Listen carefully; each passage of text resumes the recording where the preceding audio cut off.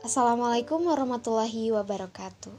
Halo, selamat pagi, siang, sore, malam untuk semua yang mendengarkan.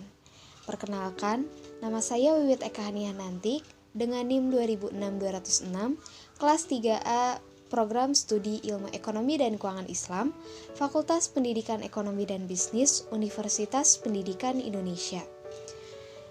Pada kesempatan kali ini, saya akan menjelaskan perbedaan dari ekonomi konvensional dengan ekonomi Islam. Yuk, boleh disimak dengan baik dan didengarkan ya. Nah, sebelum masuk pada pembahasannya nih, saya akan menjelaskan sedikit tentang apa sih ekonomi itu. Jadi, dapat diartikan bahwa ekonomi sebagai cabang ilmu yang fokus mempelajari cara atau prosedur seseorang demi memenuhi kebutuhannya. Jadi, ada 3, kebutuhan primer, kebutuhan sekunder, dan kebutuhan tersier.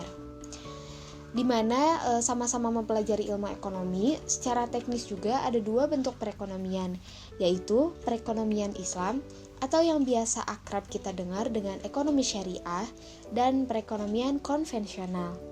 Nah, tanpa berlama-lama lagi nih, kita bahas aja apa perbedaan ekonomi konvensional dengan ekonomi Islam. Yang pertama, ekonomi konvensional. Ekonomi konvensional adalah ilmu yang mempelajari perekonomian yang menekankan pada kebebasan dan menggunakan sistem perekonomian berbasis pada era global. Perbedaan ekonomi Islam dan konvensional jelas saja sangat berbeda. Bisa dilihat dari segi tujuannya, ekonomi konvensional bertujuan untuk mementingkan dan meraup keuntungan sebesar-besarnya yang sifatnya keduniawian. Tujuan lainnya adalah untuk mencapai kesejahteraan individu itu sendiri. Memang sangat berbeda jauh ya dengan ekonomi Islam. Sumber ekonomi konvensional juga mengacu pada hal-hal yang sifatnya positif victim. Bagaimana nih jika ekonomi konvensional ditinjau dari kepemilikannya? Apakah perbedaan ekonomi Islam dan konvensional masih sama? Tentu saja sangat berbeda. Pada ekonomi konvensional, kepemilikan hanya untuk pribadi yang dibebaskan untuk memiliki semua kekayaan yang diperolehnya saja. Sedangkan ditinjau dari segi pengambilan hasil bisa didapatkan dari bunga, dari pengambilan, dan keuntungan saja. Keuntungan prosentasenya. Yang kedua, ada ekonomi Islam atau yang akrab kita dengar dengan ekonomi syariah ya. Lalu bagaimana dengan ekonomi Islam? Dikatakan bahwa ekonomi Islam atau ekonomi syariah lebih mengacu pada aturan dan cara Islam, baik dalam hal teknis, sistem kerja, dan dalam menyikapi permasalahan yang muncul. Misalnya, ditinjau dari tujuannya, maka ekonomi Islam atau ekonomi syariah lebih mengutamakan untuk mencapai tujuan yang baik, baik itu untuk urusan di dunia dan juga untuk di akhirat. Sumber perekonomian Islam mengacu pada Al-Quran dan Al-Hadis, di mana ada aturan dan dalam menjalankan roda perekonomiannya. Misalnya saja terkait pada masalah riba. Di dalam ekonomi Islam, istilah riba ditiadakan di mana ada aturan dalam peminjaman uang atau sekedar mengatur tentang hukum riba dalam sudut pandang Islam. Karena di Al-Quran dan Hadis juga akan diberi penjelasan jika melanggar, maka akan menerima sanksi di akhirat nanti. Tujuan lain dari ekonomi Islam adalah tidak berorientasi pada diri sendiri, melainkan untuk mencapai kepentingan orang lain juga.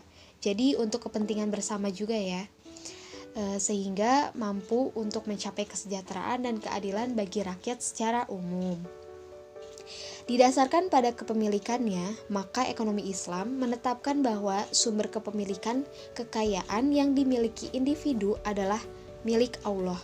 Manusia hanya bersifat dititipi untuk sementara saja. Itulah sebabnya dalam pembagian hasil berdasarkan pada pengambilan keuntungan dari prosentase pendapatannya saja. Selain perbedaan yang sudah disinggung sebelumnya, ekonomi Islam dan ekonomi konvensional juga memiliki perbedaan pada prinsip, mekanisme pasar, distribusi kekayaan, dan pada perolehan keuntungannya. Oke, kita akan bahas satu-satu ya. Yang pertama, ada perbedaan yang paling mendasar. Salah satunya perbedaan prinsip. Nah, jika ekonomi konvensional berprinsip pada konsep scarcity, sedangkan ekonomi Islam berprinsip pada goal-oriented discipline. Konsep scarcity adalah konsep yang menekankan pada mempelajari perilaku manusia dalam menyikapi kelangkaan. Dengan kata lain, konsep ini membebaskan seseorang untuk mengalokasikan sumber daya yang terbatas secara maksimal untuk mencapai tujuan mereka. Sedangkan goal-oriented discipline lebih luas lagi. Di sana tidak hanya mempelajari cara mengalokasikan sumber daya secara maksimal, tetapi juga mempelajari tujuan untuk di dunia dan juga untuk di akhirat. Yang kedua, ada perbedaan dari mekanisme pasarnya. Dari segi mekanisme tentu saja berbeda jauh. Jika ekonomi konvensional menggunakan mekanisme bebas keluar masuk pasar tanpa intervensi, padahal jika kita lihat pasar tidak diatur itu dan dibiarkan bebas, maka akan terjadi ketidakseimbangan dalam penawaran dan stok barang. Salah satu contoh konkretnya nih adalah masalah masker akibat virus corona. Karena sekarang Indonesia sedang dilanda wabah virus corona, maka masyarakat wajib kan menggunakan masker. Namun ketidakseimbangan yang terjadi pada mekanisme pasarnya, banyak terjadi penimbunan barang sekaligus terjadi lonjakan harga yang sangat fantastis tinggi pada pembelian masker ini. Begitu contohnya. Berbeda dengan mekanisme pasar pada ekonomi Islam, di mana ia meyakini adanya invisible hand yang mencoba untuk mengefisiensikan pasar. Jadi ekonomi Islam mempertimbangkan proses produksi dan distribusi barang jasa, menjadikan pemerintah sebagai unit ekonomi yang berdampingan dengan unit ekonomi lainnya demi menjaga kestabilan. Yang ketiga, ada perbedaan pada distribusi kekayaannya. Perbedaan kedua jenis ekonomi ini juga dapat dilihat dari perbedaan distribusi kekayaan, seperti yang disinggung sebelum-sebelumnya bahwa terjadi dua perbedaan yang cukup jauh di antara keduanya. Pada ekonomi konvensional, prinsipnya mendapatkan keuntungan dan kekayaan sebesar-besarnya. Lebih condong ke kapitalis ya, di mana kekayaan hanya berpihak pada pemilik modal yang paling besar saja gitu. Sedangkan di ekonomi Islam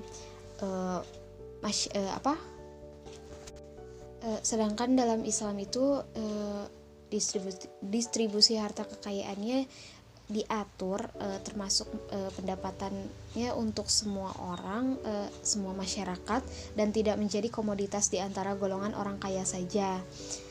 Contohnya sehingga terjadi pemerataan kekayaan harta atau semacamnya gitu ya.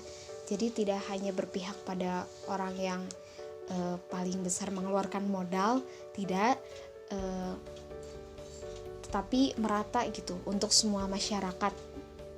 Salah satu bentuknya itu dengan mekanisme zakat, sedekah, infak atau wakaf. Seperti itu. Nah, dan yang terakhir, perbedaan ekonomi Islam dan konvensional pada perolehan keuntungan.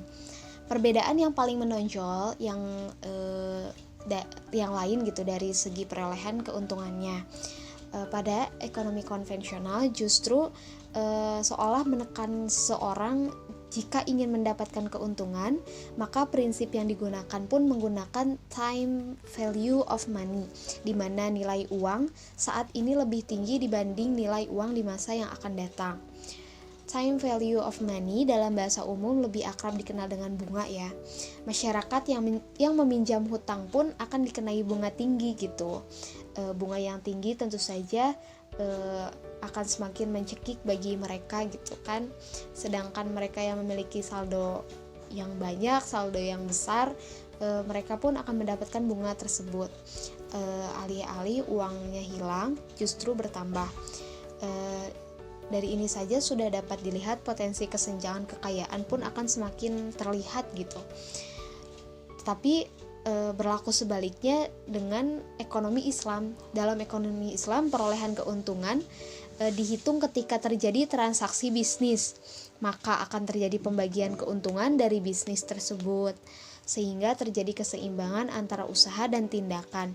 Tidak ada istilah bunga yang sifatnya merugikan bagi mereka yang meminjam uang di bank dan semacamnya. Nah, segitu mungkin yang bisa saya jelaskan tentang perbedaan ekonomi Islam dan konvensional. Yang mungkin kalian para pendengar sudah mengetahui lebih baik dari saya. Jika ada kesalahan mohon dimaafkan. Sekian, wassalamualaikum warahmatullahi wabarakatuh. Dadah.